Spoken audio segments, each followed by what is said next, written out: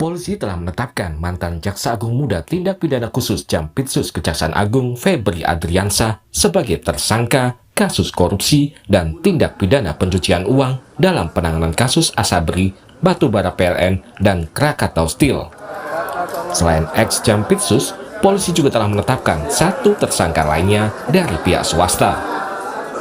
Dan berdasarkan gelar perkara, kita telah menetapkan dua tersangka saat ini, yaitu saudara DR yang telah diduga melakukan tindak pidana pencucian uang yang diduga berasal dari tindak pidana korupsi.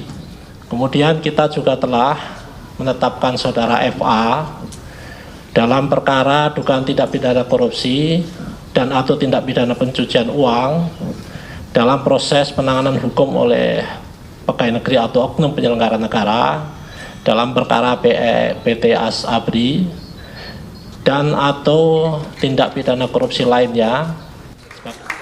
Polisi juga telah melimpahkan penanganan perkara dugaan korupsi yang melibatkan ex-Jampitsus Febri Adriansah ke Kejaksaan Agung.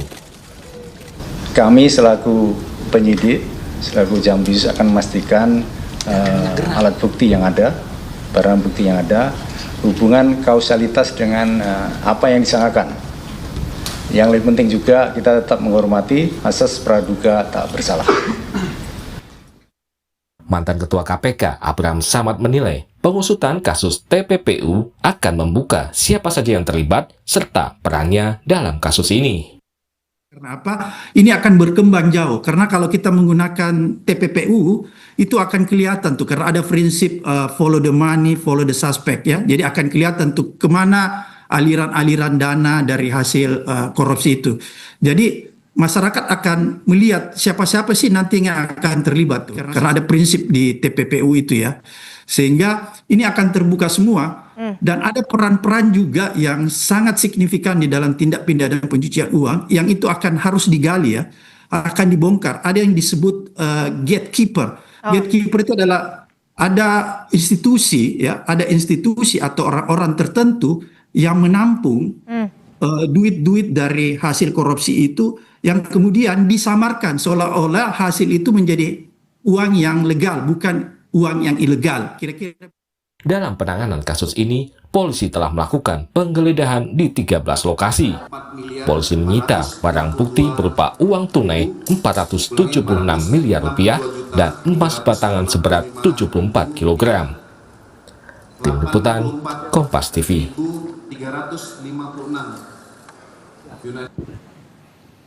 Lalu bagaimana Kejaksaan Agung harus mengusut kasus dugaan korupsi dan tindak pidana pencucian uang ex-Jampitsus Febri Adriansah? Kita akan ulas bersama Kepala PPATK periode 2011-2016 M. Yusuf dan Wakil Ketua KPK periode 2015-2019 Saud Situmorang. Selamat malam Pak Yusuf dan Pak Saud. Selamat malam Mas Adi. Ya, saya ke Pak Saud dulu. Pak Saud, kalau dari penanganan perkara tindak pidana pencucian uang ataupun juga tindak pidana korupsi misalnya, ini memang lainnya ada di Kejaksaan Agung. Tapi bagaimana menurut pandangan Anda Kejaksaan Agung harus mengusut kasus TPPU yang melibatkan ex-Jampitsus ini? Sebenarnya ketika penyelidikan sudah dimulai itu sebenarnya asumsi saya penyelidikan cukup lama ya. Apalagi penyidikannya. Penyelidikannya cukup lama, penyidikannya walaupun baru kemudian disebut-sebut kemarin, dan kan kalau di penyidikan kan harus sudah menyebut nama, soal dia menggeledah dan seterusnya itu soal lain gitu.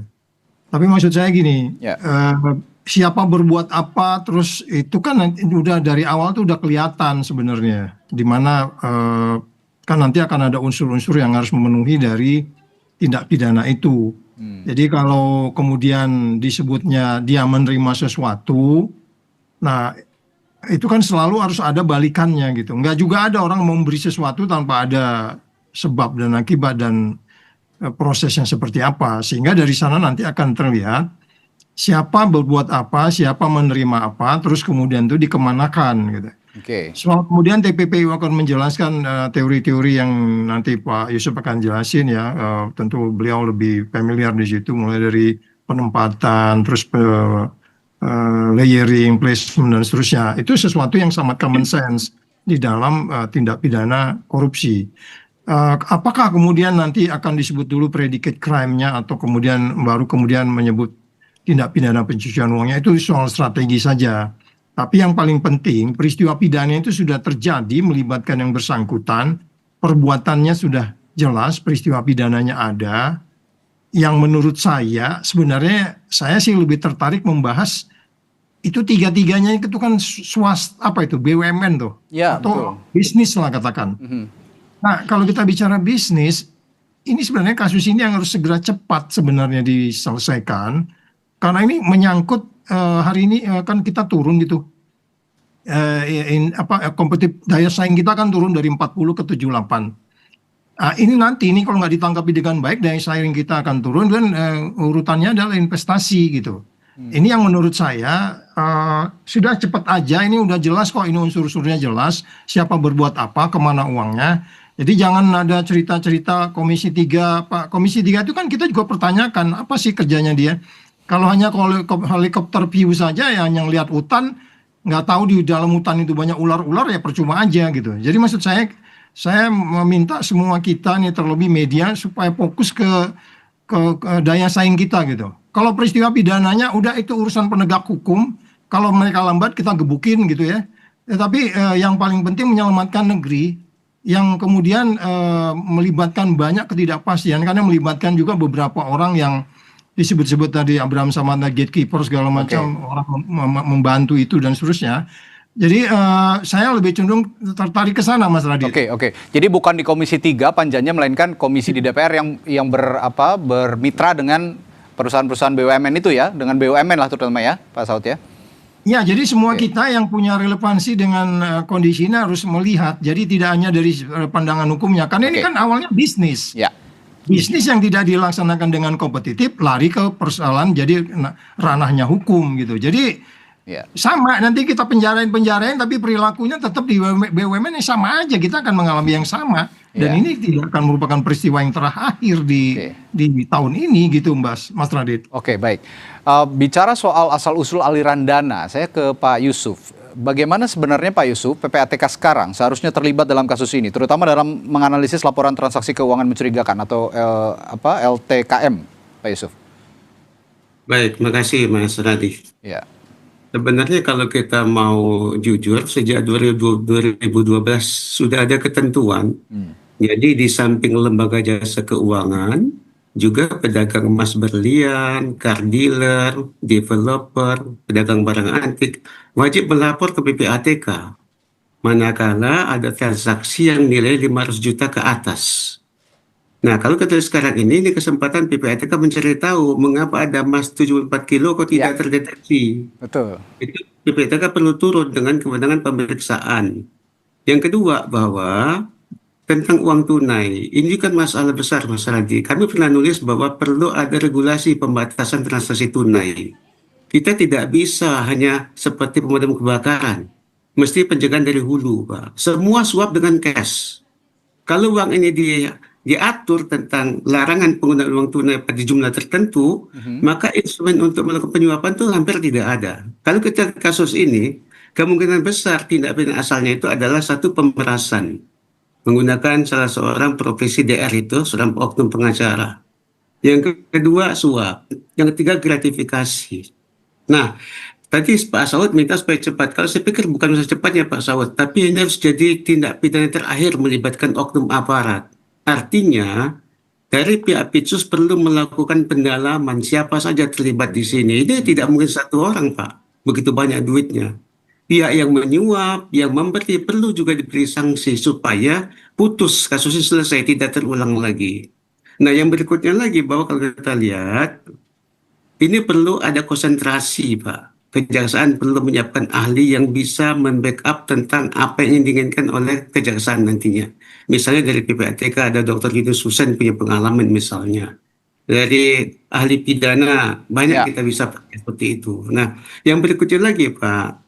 Pajak juga perlu tahu nih Pak, kemana selama ini oknum mereka dalam melakukan, kan dari lifestyle kelihatan ada rumah di Sentul, ada rumah juga di Blok M, ada juga rumah di Jalan di Keramat Pela.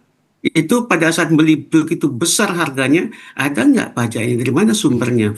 Nah, kalau tadi tahun 2012 diikutin pedagang mobil, developer, mulai pelapor pada Akan PPATK, cepat terdeteksinya ya Pak? jelas Pak itu masalahnya. Jadi ini perlu ada tindakan bersama dari seluruh instansi yang berwenang Pak Radi. Oke, tapi kalau kita bicara prioritas awal penyidikan, bicara asal-usul juga, apa yang penyidik harus lakukan awal mulanya untuk mengusut asal-usul aliran dana ini Pak, kalau dari perspektif PPATK? Di PPATK ada 3 kewenangan mereka melakukan penelitian untuk kirim produknya informasi. Ini sifatnya tidak terlalu dalam ya. Yang kedua hasil analisis. Yang ketiga pemeriksaan, dia seperti seorang akuntan meriksa di bank Pak. Nah kalau itu dipakai kewenangan itu akan terbongkar lah ini secara menyeluruh. Artinya perlu waktu memang. Nah masalah waktu ini kan bisa dibagi oleh kejaksaan. Pertama maju kasus tipikornya dulu Pak, supaya dia tidak lepas demi hukum. Menyusul kasus TPPU-nya. Sebab kalau cuma pinggiran-pinggiran yang disikat, maka tidak akan bermakna untuk pencegahan korupsi ke depan. Itu kira-kira Pak Radi. Oke. Nah, ini sekarang kan sudah dilimpahkan nih Pak Saud ya ke kejaksaan. Nah, kira-kira tahapan selanjutnya yang harus benar-benar dicermati itu apa Pak Saud kalau mencermati kasus ini?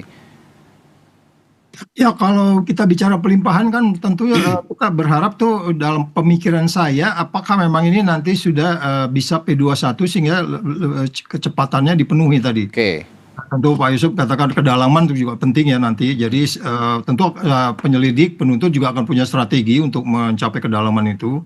Tetapi yang sudah di permukaan saat ini tuh di follow up baik subsequent urutan-urutan yang cepat gitu ya. Apakah pelimpahan ini dalam perspektif saya memang ini bukan hanya dalam pengertian pelimpahan supervisi ya. Kalau supervisi kan itu ada perdebatan apakah ke KPK dan seterusnya. Kalau KPK kan fungsinya koordinasi, supervisi, monitoring pencegahan penindakan, tapi itu ada proses, nggak bisa dilimpahkan begitu saja. Nah, itu undang-undangnya mengatakan demikian. Jadi ada proses supervisi dulu, ada hambatan atau tidak dan seterusnya. Nah dalam itu kalau bicara pelimpahan. Jadi dalam pikiran saya yang dilimpahkan ini sebenarnya bahwa berkas itu udah lengkap dan saya pikir tinggal nanti pihak kejaksaan untuk melihat apakah memang sudah memenuhi unsur-unsur itu, kemudian mereka segera dilimpahkan ke pengadilan dan seterusnya. Jadi dalam pikiran saya seperti itu, karena memang kan cukup lama nih. Ya kan, nggak mungkin juga karena peristiwanya kan selalu itu kalau untuk Asabri aja kan tahun berapa tuh di 2022 something. Jadi saya pikir ini tinggal bagaimana mereka bisa memproses itu untuk kemudian meyakinkan kepada semua pihak yang terkait dalam hal ini, karena kelihatan kan ada framing tarik menarik nih, sandera menyandera segala macam. Padahal sebenarnya kan musuhnya sama, ngapain sandera menyandera? Kan musuhnya sama gitu. Itu Mas Radit. Tapi yang menarik begini juga Pak Saud, kalau memang melihat pelimpahan kasus ini ke kejaksaan, tapi yang punya kasus ini kan juga sebenarnya ex jampitsus di Kejaksaan Agung. Nah kira-kira Pak Saud melihat indikasi konflik kepentingan ada nggak dalam kasus ini? Karena Febri juga pernah menangani kasus-kasus besar di kejaksaan sebagai jampitsus. Oh ya itu udah otomatis. Di negeri kita ini kan persoalannya transparansi, accountability, konflik kepentingan dan kemudian tidak fair.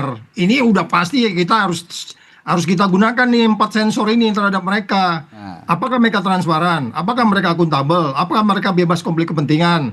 Apakah mereka melakukannya dengan fair? Fair itu kan ini Pak Yusuf udah kirim sinyal. Fair itu artinya kan semua yang terkait dengan ini harus didalemin. Jadi artinya kita tetap wanti-wanti itu. Tetapi lembaga pengawasan selain Komisi 3 dan kemudian ada Komjak di sana, saya ngerti tugasnya Komjak itu apa tuh di sana itu di kejaksaan itu. Itu ada Komjak ya. Tapi jangan Komjak itu juga mirip dengan Dewas di KPK yang hanya mereka kayak stempel-stempel gitu, nggak berani manggil dalamin ini kenapa lambat, ini udah menjadi perhatian presiden dan seterusnya. Jadi lembaga pengawas harus semua turun, termasuk kita, termasuk media. Jadi kalau nggak transparan kita harus curiga. Oke, kalau nggak transparan harus curiga. Ya, Pak Yusuf. Konflik kepentingan indikasinya kita, Mas Raji udah ingatkan kita potensi konflik kepentingannya. Itu yang dia. disebut orang sebagai jeruk makan jeruk itu apa bisa gitu. Itu dia. Pak Yusuf, kalau kita melihat prinsip follow the money, kira-kira apakah kejaksaan juga bisa menelusuri? Tadi kan Pak Yusuf juga sempat bilang ya bahwa ini tidak mungkin bergerak sendiri, pasti ada kaki tangan. Nah, bisa nggak itu terungkap kira-kira kalau dari prinsip penelusuran PPATK dengan melihat prinsip follow the money itu tadi? Sepanjang mereka menggunakan instrumen resmi seperti perbankan, transfer, pasti bisa. Pasti bisa ya? Kita lihat kasusnya Labarasitorus. Itu join antara PPATK, Barreskrim berkantor di Kejaksaan Tinggi Papua. Bisa Pak diungkap. Kasusnya aset negeri, kita temukan sampai aset di luar negeri Pak. Kasus obat tertular juga bisa. Sepanjang dia pakai instrumen resmi, pasti tidak ada hambatan. Masalah sekarang ini, Anda nggak willingness ke sana. Yang kedua, ada nggak greget untuk menyudahi kasus seperti ini? Maka saya berharap banyak bahwa Komisi 3, KPK, masyarakat, kemudian lagi Komjak, itu bergerak dengan irama yang sama. Pastikan bahwa tidak ada kong-kali-kong di sini. Pastikan semua berjalan dengan baik. Saya meyakini bahwa Pak Rudi Margono sebagai seorang Jamwa, sekarang PLT, dia punya integritas. Oke. Jaksa Agung juga tentu tidak akan malu, tidak ingin malu dua kali, Pak. Kita berharap banyak mereka bisa on the track dan semua diungkap dengan jujur, dengan fair kalau bahasanya Pak Saud tadi. Oke, balik lagi ke apa ya, mencegah adanya konflik kepentingan Pak Saud. Nah, kira-kira sekarang kan KPK juga apa ya, melibatkan diri untuk supervisi dalam kasus ini. Kira-kira sejauh mana KPK juga harusnya bisa melakukan supervisi, mengawasi tidak adanya konflik kepentingan itu tadi? Ya, kemarin kan disebut-sebut mereka hadir ya, tapi mungkin mereka tidak hadir di permukaan. Betul. Tetapi yang menjadi masalah sekarang ini adalah ketiga institusi yang memberantas korupsi ini dengan quote and quote musuhnya sama dan presidennya satu gitu. Kalau dia memang mengirim strong signal yang cukup kuat kepada tiga institusi ini, apa yang kita sebut sebagai menimbulkan kembali kepercayaan dunia bisnis di dalam negeri dan luar negeri ini menjadi lebih penting. Jadi kalau kita katakan supervisi itu nanti dilakukan dengan baik, by definition kan sebenarnya selalunya gini loh. Kalau penegak hukum sudah mulai melakukan penyelidikan, ya itu memang ada yang namanya SPDP online. Itu semuanya itu mereka lakukan. Siapa aja, baik kepolisian, kejaksaan, itu di periode yang sebelumnya, saya nggak tahu saat ini seperti apa, apakah SPDP online itu jalan. Nanti begitu masuk ke KPK bahwa ada sudah mulai SPDP, ya surat perintah dimulainya penyelidikan dan seterusnya. Nanti di situ akan kita bisa lihat ini maju nggak sih gitu. Jadi nanti akan kalau umpamanya sinyal tidak menunjukkan ada kemajuan, ya KPK diminta dia punya kewajiban karena dia punya tugas di undang-undang itu koordinasi, supervisi, monitoring, pencegahan penindakan yang memungkinkan KPK untuk melototi kasus ini bila perlu 24 jam gitu. Bahasa sederhananya gitu. Karena online itu kan 24 jam. Ya, jadi artinya tinggal bagaimana passion orang-orang di KPK saat ini memahami bahwa ini menjadi prioritas presiden yang kemudian bisa melihat ini menjadi lebih prudent. Of course kita harus lebih hati-hati, praduga tidak bersalah dan asas-asas hukum yang lain itu sudah harus dijalanin. Itu by definition harus seperti itu.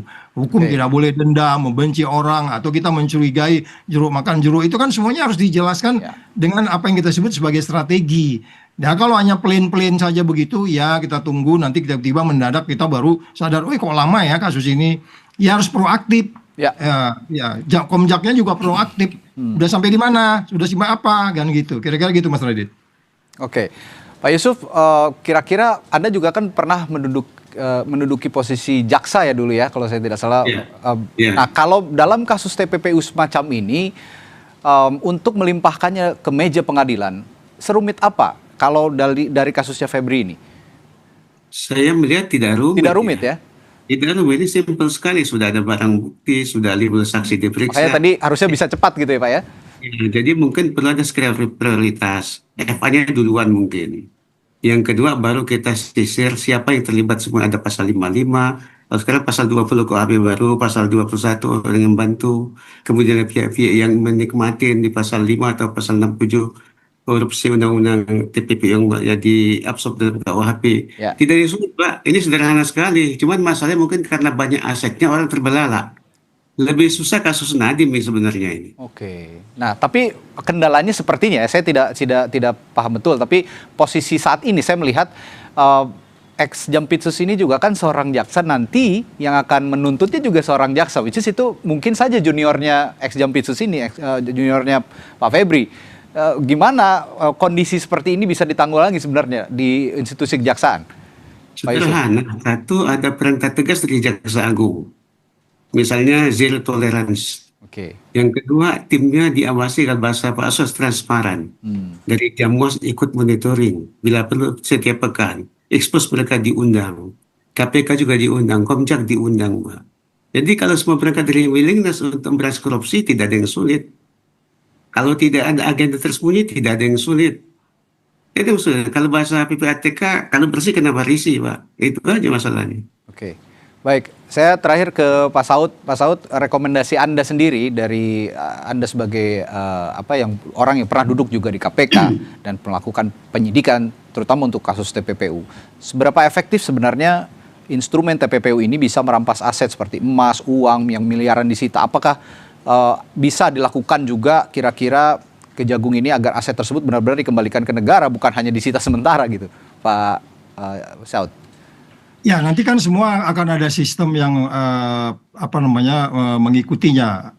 Tentu kalau sudah inkrah nanti tentu itu proses-proses berikutnya itu menjadi lebih simpel. Yang paling penting adalah bahwa kita bisa meyakinkan siapa berbuat apa peranannya, siapa saja bekerja di situ, bagaimana peristiwa pidana itu bisa terjadi. Ya kan, kita juga nggak mau abuse dalam pengertian gini loh. Ini kan yang di tangan ini banyak case-nya.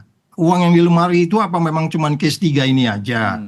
Kan kita tadi udah bicara untuk bagaimana bisa menciptakan kepastian. Sehingga kemudian kita berharap juga munculnya whistleblower baru untuk menjelaskan kepada publik bahwa ada masalah yang cukup pelik di sini.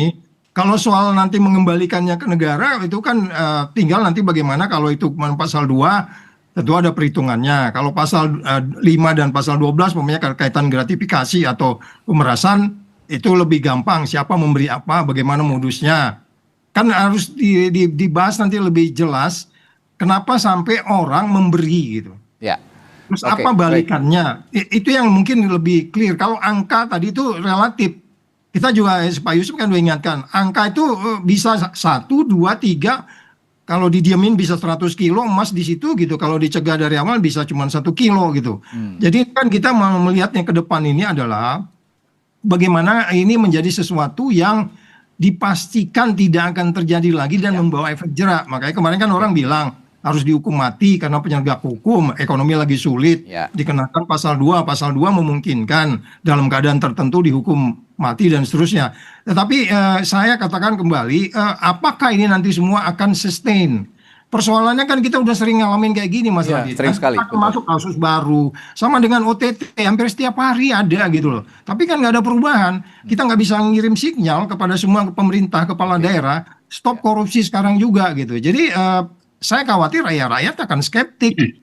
Ya udahlah, yang nggak ada kaitannya jeruk makan jeruk aja begitu, apalagi ini ada kaitan jeruk makan jeruk. Jadi ini yang menurut saya semua kita, terlebih presidennya, mengamati ini kalau memang mau selesai nanti di pemerintahannya dengan baik. 5 tahun, beberapa tahun yang akan datang. Jadi jangan dibiarkan kepada kita saja, atau penyidik saja dan penuntut, atau hakim dan seterusnya.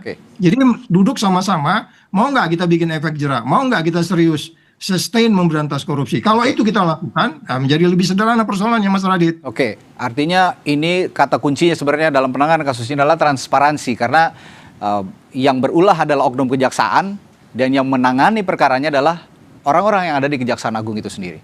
Baik, terima kasih Kepala PPATK 2011-2016 M. Yusuf dan Wakil Ketua KPK periode 2015-2019 Saud Situmorang telah berbagi perspektif di Sapa Indonesia Malam.